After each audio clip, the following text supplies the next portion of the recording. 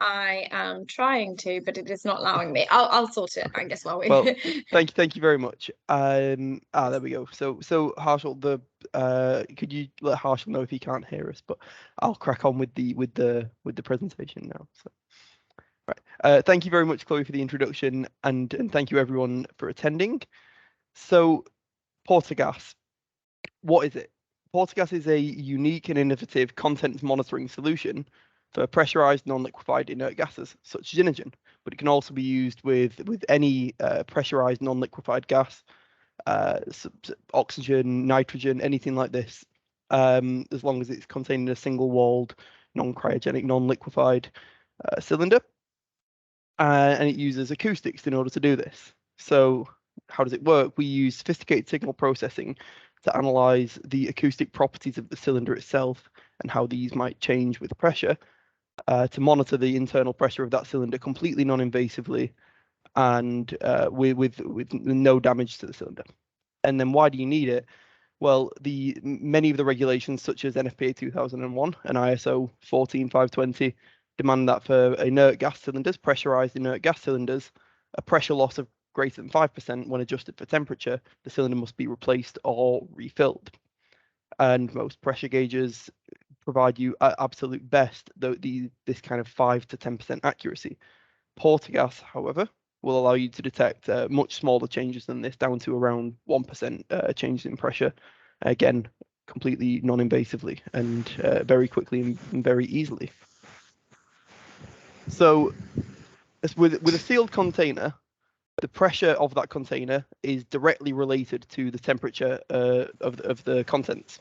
So that is to say that a change in temperature will cause a change in temperature.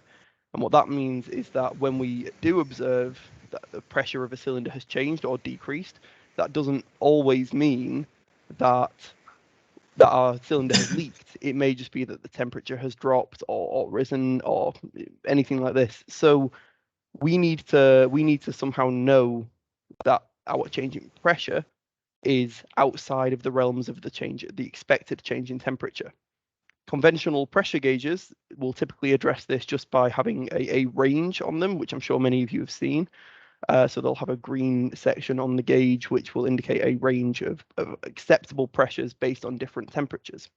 But these ranges are quite broad, and they're open to interpretation or user error, where if the temperature is not properly accounted for, you may get false positives or false negatives.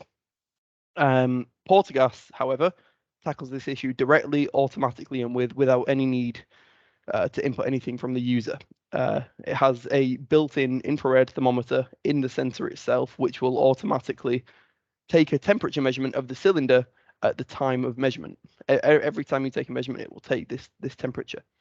It'll then use the fill temperature and the fill pressure of the cylinder, along with a few other bits of information, to automatically adjust our expected current pressure based on changes in temperature. And it will do this very precisely and very accurately, which then allows Portagas to compare where it expects the pressure to be based on the temperature to where it has measured the pressure to be acoustically, and allowing it to very easily, very quickly, and very accurately determine whether our change in pressure represents a change in temperature or a real loss of contents, and whether we need to act on that. So staying compliant with regulations, as I touched on earlier, we have ISO 14520 and NFPA 2001, which are two of the biggest kind of regulations on fire system installations and inert gas systems.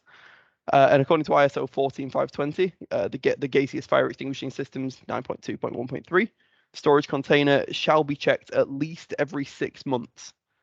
And this is fine using the gauge. You can check this every 6 months. However, with the kinds of pressure losses we're looking at for 5% on these gauges, that's really a very minor change, and it may be quite difficult to pick up on, especially on this kind of timescale. Portagas is very easy to do. You go around all of the cylinders in your system, and you will take a single measurement. This takes a couple of seconds per cylinder, and it will give you a very accurate percentage value of the change in pressure relative to what the fill pressure, or relative to the calibration pressure of the cylinder.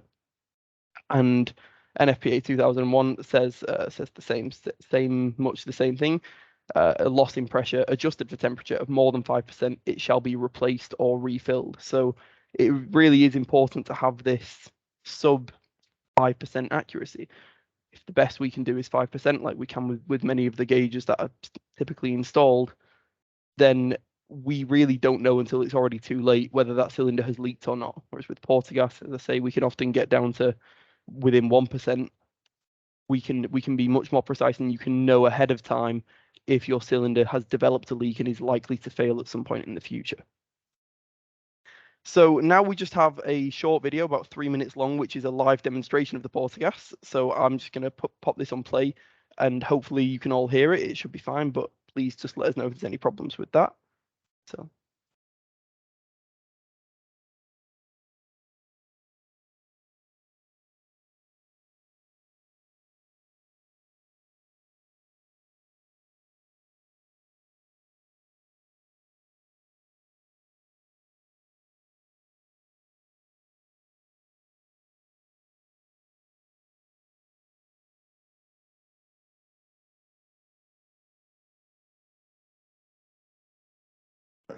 Excuse me, like we can't hear what he's talking. Can anybody hear? Yeah, I can hear yeah. this. Yeah. We can Chloe, hear yeah, you. I can hear you. Yeah. Okay. So most people can hear. Right. Okay. Who? Sorry. Who was it? Who couldn't hear?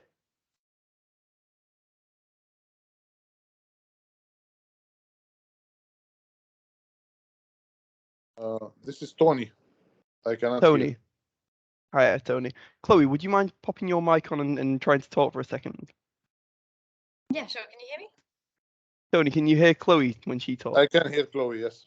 Okay, I was just because the presentation's being shared from Chloe's computer. I thought that might be the issue. Should we just try and start the sharing again, and hopefully this time Tony can also hear. May take a moment to load again. Just Thank you all for your patience with this.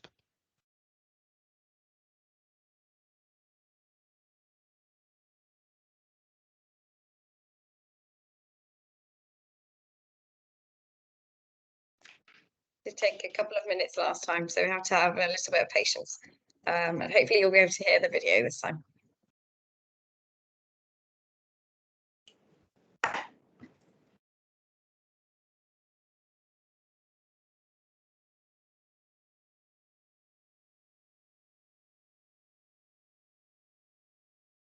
Hello, Harshal. I've just seen you pop your hand up. So Harshal, can you hear me, but you cannot hear Chloe? Is that the problem? No, we can hear both of you. Sorry, I can't hear you. Yeah, I sorry, can hear sorry, you, Tony. but I can't, So you can I'm hear me, not- but you can't hear Chloe. I can hear all of you all, but I can't hear the presentation, nothing. Exactly. Right. Okay. Well, I think the presentation is being recorded, so I think unfortunately, since most people can hear, we are going to have to just crack on. We'll get the presentation loaded up again, play the video, and we can send the recording to everybody once the webinar's finished. Absolutely. It's just loading now. The video is quite large in size, hence why it takes a few minutes to load up. We will place it on our YouTube as well, a copy of the video, the 3-minute video.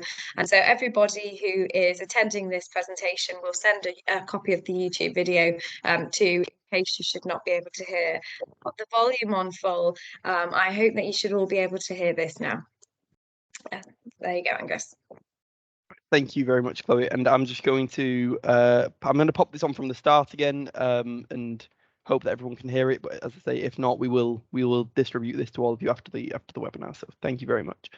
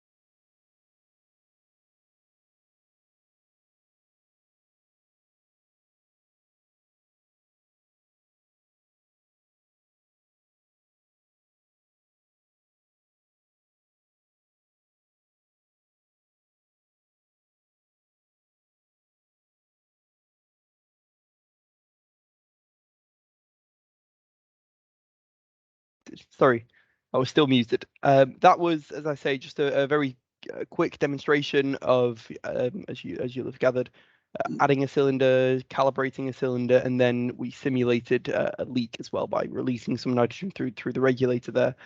And you can see the kind of levels of precision that we have, 4.9% pressure loss. So that was actually still within regulation, but that would certainly flag something up at least.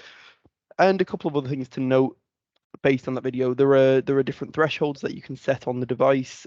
You can set kind of whatever you wish to be a warning threshold. So an amount of leakage that would kind of flag up as an amber alert, if you will, compared to a alert threshold, which would tell you, no, this cylinder needs replacing or refilling straight away.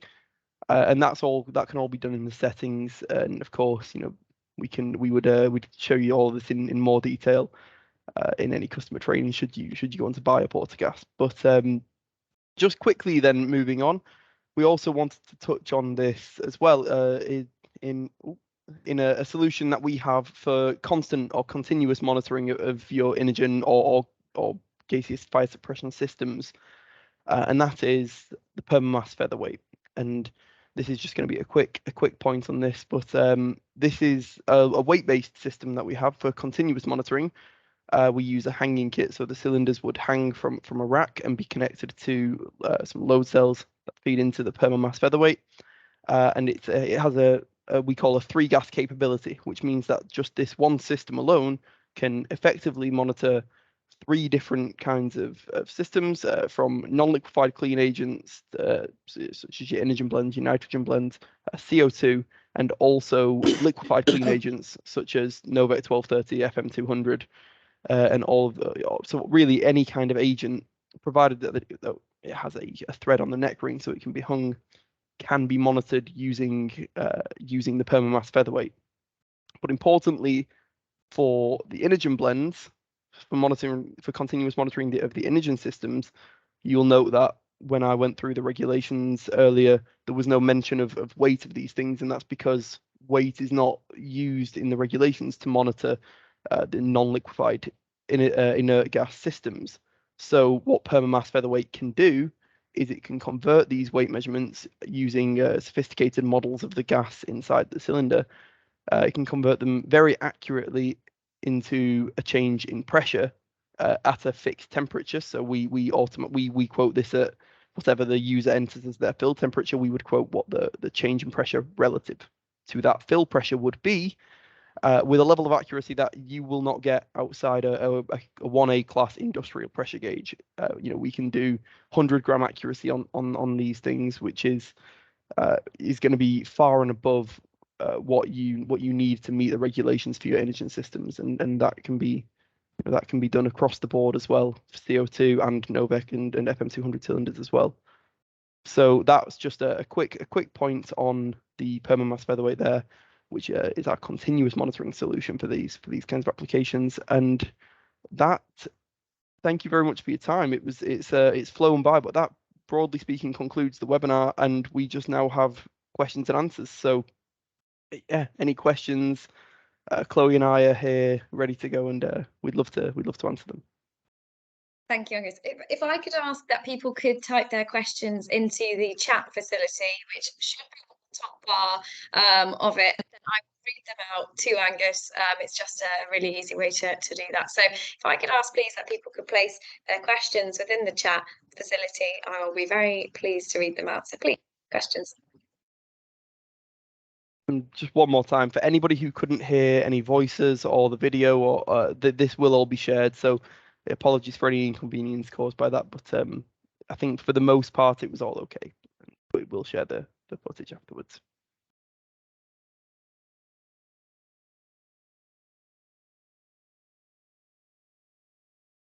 Awaiting some questions. Yeah. You can also raise your hand using the hand signal on Teams if you would prefer to speak your question. Fantastic. A couple of questions for you. Firstly, Angus, from Eric, I noticed that you only touch for 1 second and it's able to measure. Yeah, that's absolutely right. So the way I have a sensor with me here, So as you can see, we have just a couple of little pins, and then this is the infrared temperature sensor. So when you trigger a measurement, the device will take a couple of seconds just to wake the sensor up and connect to it. And then you pop it onto the cylinder for, around half a second, 1 second, something like this. And that's the data collection is done. It'll then take a few more seconds to process this and send that over to the device. But yeah, the actual data acquisition period is under a second. Fantastic. Nextly from Christopher, does the Portagas measure the temperature of agent contents or the temperature of the container? Yeah, so it does. It measures the surface temperature. That's, of course, with a thermometer on the surface, it will be the surface temperature. Generally speaking, this is, unless you're doing this as the temperature is rising, or if it's maybe in the sun for a short amount of time, then generally speaking, this is going to be a good representation of what's going on inside. We've tested this thoroughly, and we've found a range of temperatures that the device does perform well. Of course, as I say, if you pull your cylinder from a dark, cooled room, it's straight into the sun, and then start measuring, well, your cylinder walls are going to heat up quicker than the contents. But provided you do this in the same place the cylinder is stored, which you can do very easily, then that's going to be representative. Fantastic. The next question comes from Nichibu. They are asking, please explain more detail of how to calibrate. Sure.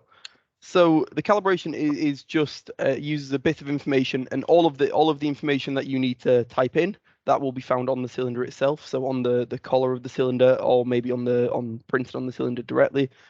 That's stuff like the model of cylinder, which is something that's quite important. That's the acoustic properties of different models of cylinder will vary. And there is a database of cylinders that have been added already that we can choose from. So the model of the cylinder, the agent, which again is used for the pressure calculations, the fill pressure and the fill temperature of the cylinder. Again, these can be found printed on the side. For the cylinder, for instance, in the video that I showed, this was filled to 230 bar at 15 degrees Celsius. So those two numbers, and then just a unique identifier. And then all you do is you just take a single measurement. And what this calibration does is it takes our algorithms and our relationships that we've determined experimentally, and just shifts that to fit your specific cylinder, and based on this initial point. So that's all that's going on there. It's very simple to do. It does not take a long time.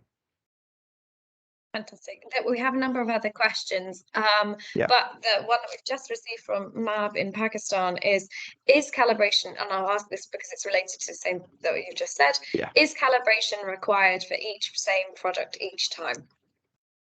No. So the calibration is cylinder specific. So it's required for each cylinder that you do, but I actually have a Portagas here. This is what you will have seen in that video. Let me just get this up quickly. So once you have calibrated and added a cylinder, it will, it's just booting up on here. So I'll show you in a moment. Once you've calibrated and added the cylinder, it will be saved on the device along with all of the records and the tests that you've done with that cylinder. And these can be organized by site or area. So if I had 5 different sites that I was testing 20 cylinders in each, I could have these 5 sites stored on the device, each containing these 20 cylinders, and then all I need to do is select the correct site. And you can see here in the Coltraco cylinder storage, we do have just the N2 cylinder that I added during my filming of this demonstration video. So yeah, per cylinder, but not every time you have to do a measurement. I have a question here from Christopher and also from Devang, similar, so I'll combine them just for easy's sake. Christopher asks, do you need an accurate volume measurement of the container? And Devang asks, do you also need an accurate initial pressure measurement? Yeah, no, not at all. The volume measurements and the pressure measurements, as I say, we use fill temperature and fill pressure printed on the cylinder. They are going to be accurate enough. The device will then automatically, as I say, measure the temperature of that cylinder and adjust where it expects the pressure to be, and use that as its initial point, as its starting point. And in terms of the volume, this is dealt with when you select the model of the cylinder. So again, the cylinder we had was a BOC nitrogen cylinder, size W. We have all of the information for that preloaded on the device, so it already knows the volume of the cylinder. It already knows, well, when I tell it the fill temperature and the fill pressure, it knows those things as well. So no, you don't need to take any measurements of these things. We have quite a few more questions from Indeed. Sagan. He has asked, is the device meant to measure pressure alone? What about quantity and quality of agents, especially Novec and FM200? Great question. Yeah, it's a great question. So Novec and FM200, as you'll know, they are non-liquid. Sorry, they are liquefied. Portagas is designed specifically for non-liquefied systems. That's the kind of acoustic properties we're looking at will have a sort of twofold effect on those with anything with a liquid level. And I see actually we have a question on CO2, so and the answer is going to be similar when we have this liquid level, especially a liquid level that will vary with temperature as the density of the liquid changes. It becomes much more complicated to try and monitor things using these acoustic properties, as the liquid level will affect them, as will the pressure, and these things will both vary with temperature. But it's maybe in principle it's something we are looking into. We're looking at maybe potentially someday adding some liquid level capabilities within or kind of alongside the Portagas and using the two in tandem. But as it stands, non-liquefied agents only. So Novec and FM200, unfortunately, it will not work for. But I think I would add to that for those that do want to test liquefied cylinders, we of course have got our portable range. Portable range of liquid level indicators. So your liquids like your CO2s, your Novecs, FM200s, your Halons, then of course we can cater for those also. We have a webinar we've already pre-recorded on the Porta Level Max Plus, which I'd be more than happy to send to both you, Christian, and also to Sagan, so that you can become familiar with the Porta Level range of equipment also. Yeah, and also with the Porta level range, we do have some software we call the Porta Steel Calculator. It comes on a touchscreen tablet, which will allow you to convert those liquid levels straight into an agent weight for your regulations again. So, you know, we're always trying to provide you the information that you need as simply as possible to kind of stick and adhere to those regulations as well. And just to kind of expand, sorry. Sorry, just add to that we are the world leading experts in contents monitoring of both liquefied and non-liquefied gaseous extinguishing systems. So we now with the Portagas have the range of technology for both. Yeah. And very quickly, since I've touched on it already, to kind of build on Christian's question a little bit on CO2, this is, again, CO2 below 31 degrees will have some liquid in it, which does mean that Portagas is not going to work. However, we are currently investigating, and this is early stages, but we are investigating potential use for CO2 in very hot climates where above 31 degrees, the CO2 will become something that's known as supercritical, which is strictly speaking neither a liquid nor a gas. But what that means is there's no longer a liquid level, so no liquid level indicator will work in these very hot climates. And we are investigating the possibility of Portagas for this kind of application. So CO2 in hot environments, possibly, but that's not confirmed just yet. JP has asked about FM200 and Novec, which we've covered, but JP has also asked about capable of measuring argonite and nitrogen levels. Yep, argonite and nitrogen, absolutely. These are both just inert gas blends. So they will be absolutely fine. As I say, anything that is a gas entirely when stored will be absolutely fine. So yeah, as I say, argonite, non-liquefied oxygen, so not cryogenically stored oxygen. Same with nitrogen, all of the Inergen blends, and yeah, really any inert. I say inert, it doesn't have to be inert, but any gaseous agent we can monitor with this. Fantastic. Bristia has asked, beside from measuring the temperature and pressure, is there anything else that can be measured with this tool? And then how much is the accuracy of the measurement? So the device can also tell you an equivalent mass loss of agent if that's something that you want to see, but that's based on the pressure. So really, yeah, that is it. We're monitoring changes in pressure because that's what's really important for these inert gas systems. You really need to know, has your pressure dropped by more than 5% or has it not dropped at all? And that's really the key for non-liquefied gaseous systems. So that is it. It does the temperature, which again, the temperature measurement is something that it will do, but also I think probably quite nicely for most people using it. It's not something you ever have to think about. That's done automatically. You don't have to. The only time you have to think about a temperature is when you enter the fill temperature from the cylinder itself. So really, it's just going to measure it's going to excite the cylinder. It's going to look at its acoustic properties and tell you whether or not the internal pressure has changed, and that's it. So it's really quite simple.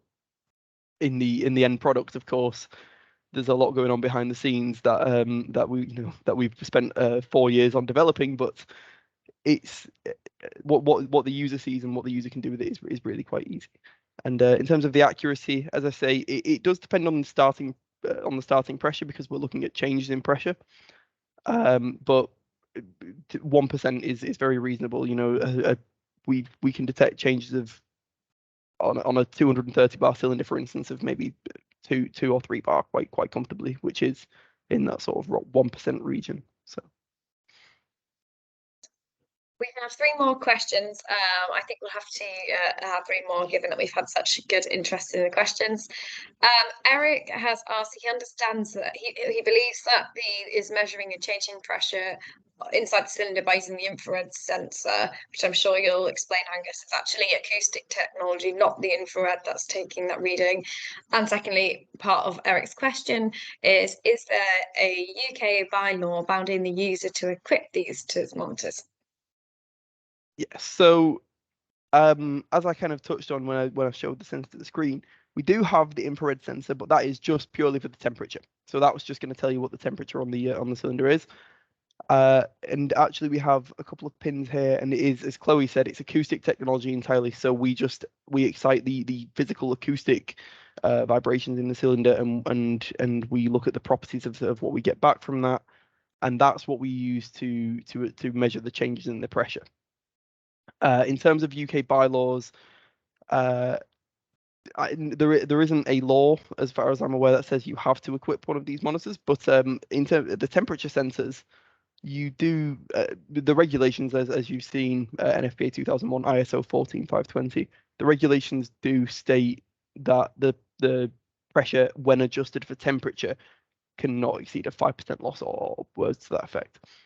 So you do need to compensate for the changing temperature somehow, and I think a built-in automatic infrared thermometer is quite an easy and user-friendly way of doing that. Fantastic. The penultimate question comes from Devang. Devang says, but cylinders for inert gases can be filled by weight. So if the cylinder volume is different due to manufacturing tolerances, then the initial pressure in the cylinder will be different than the nominal value stamped on the cylinder. Yeah, that is a great point. It's a great concern to have raised. The answer is that really it doesn't matter. That's the point of this. That's the point of this initial calibration point that we do. So we have a relationship that we've gathered. We've gathered a lot of data from cylinder discharging cylinders, and kind of monitoring the properties we're looking at over that whole range. And one thing that we saw quite early on is that there is these variations between even 2 cylinders from the same manufacturer in the same size. We are seeing some variations, but with this initial point that we take one measurement on the cylinder when we believe it to be full, and frankly this will also work even if the cylinder has already leaked. You can still assume it to be full and it will still detect changes. But really for a cylinder that's been filled to something that's going to be at least close to this nominal pressure value that's stamped on the cylinder, it really doesn't matter. We adjust for that automatically with the initial calibration, so it's yeah, not something that you need to worry about. Final question comes from Aditya. Aditya has asked, what is the recommended calibration period for normal use over several years? So for most of our products, for our liquid level monitors and all of these kinds of things, we recommend calibration annually. And I think for Portagas being such a new thing, you know, we're still kind of, I guess, wanting to figure out the kinks in that. But I think we're probably going to go for annually on this as well. That would be, you know, manufacturer calibration. We would recommend, you know, once per year, make sure everything is still working as intended. And for yourself, for the user calibration, if you will, that's, as I said, that's just one time on a cylinder, and then you're happy to go. I would say the only caveat to that I would say is I know these cylinders are often stored in rigs with clamps. If the positions of these clamps shifts up or down, you should probably recalibrate as well, because these fixed points are going to affect some of the acoustic properties that we're seeing.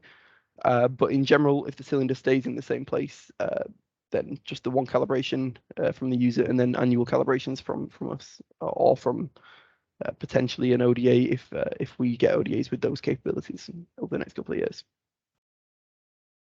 Brilliant. Okay, everybody. Well, thank you so much to everybody who has joined us this morning. I think you agree that was a fantastic webinar, and thank you to Angus for presenting. We will upload a recorded copy of this webinar to our YouTube page. So of course you can watch back and watch parts. We'll also separately upload that 3-minute video in case you want to pause it or watch in greater detail to try and understand the process of the Portagas. And we do have a longer 10-minute video if anyone wants to see in more detail. Please, you should all have our email addresses from the invitation that was sent to you. If you have any questions at all, or you would like pricing or brochures or any information, do let us know. We would be absolutely delighted to help you. And you know, I hope you've enjoyed this webinar as much as I have. Harshal, I will indeed share the video presentation. Thank you. Excellent. Brilliant. Wonderful. Thank you all so much for your time, and I really hope this was informative. I hope all of your questions were answered, you know, satisfactorily. I should also mention, apologies for my slight delay, we will be running a special offer on the Portagas, a launch price up until December 31st. If you would like to know a little bit about that discount and the extra pricing that we'll be giving for anybody who wishes to be an early uptake of this technology, then do email us and we'll be able to let you know that special offer. Fantastic. Brilliant. Thank you, everybody. Thank you very much. Thank you all so much, and please have a good day. Thank you. Thank you.